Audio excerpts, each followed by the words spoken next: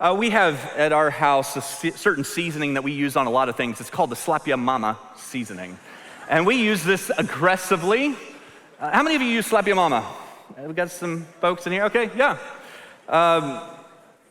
We use it a lot. It's our solution to a lot of food issues. I mean, bland chicken, Slap Ya Mama. Boring vegetables, Slap Ya Mama. It's kind of our go-to when, life needs a little extra something.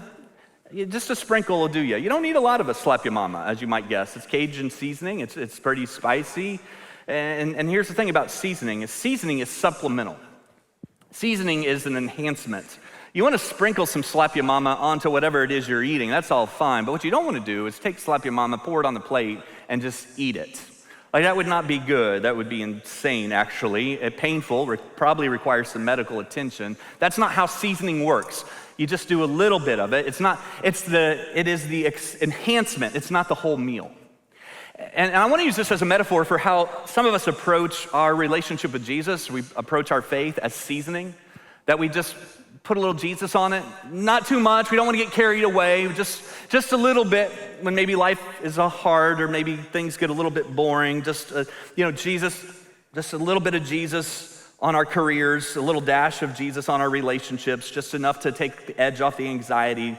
And if our week needs a little kick, little bit of Jesus, to make you feel like you're a good person who has your life together, sprinkle some Jesus on it. And so we approach Jesus like seasoning, where we want a little bit of it, but not too much.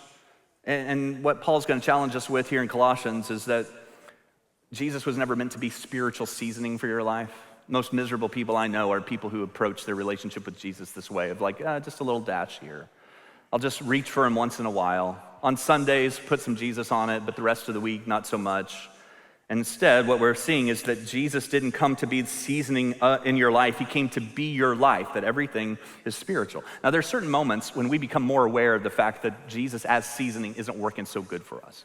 And it tends to be when we're struggling, when we're experiencing some suffering, and we recognize that the way we've been approaching our faith isn't working that well. Now, what I can tell you is that this room is filled with people who tried to use Jesus as seasoning, and then something happened to you. Or maybe it's something you did, maybe it was something that was done to you, maybe it was some life happening around you, but there's something that happened, and suddenly the seasoning approach didn't work. Like, you knew your approach to your faith wasn't going to be enough. I talk about this, and this is in your notes, as a struggle threshold. There's a line that most of us reach in life where we make some decisions about what kind of faith we're gonna have, and it tends to be around a struggle, a moment of suffering. For some of you, that came pretty early in life. You didn't choose it, it happened to you. For others of you, maybe you're in the middle of it now. If you're not in the middle of it, or if it hasn't already happened to you, it's coming for you. But suffering crosses a certain line, and you have to decide, how's your faith fit in with all of this? And so in Colossians chapter 1, starting in verse 24, we'll go through chapter 2. What we're going to see is that Jesus is not just meant to be seasoning. He's meant to be the whole meal. He's the one that we want to put our confidence in, especially when life is hard, especially when we're struggling. We don't have to pretend like everything's okay. We don't have to act like everything's fine. We can reject this idea of a faith where we walk in to church and have conversations that are very shallow, and we're like, well, how are you doing? Great. How are you doing? So good. Like, that's not the kind of faith that we read about in Scripture.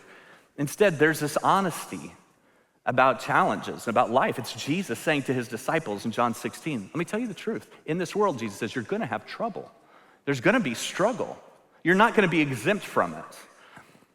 And so Paul talks to us about this in Colossians. Now, here's what's interesting, is where he wrote this from. Paul wrote this in prison. Does that matter to you? To me, it does.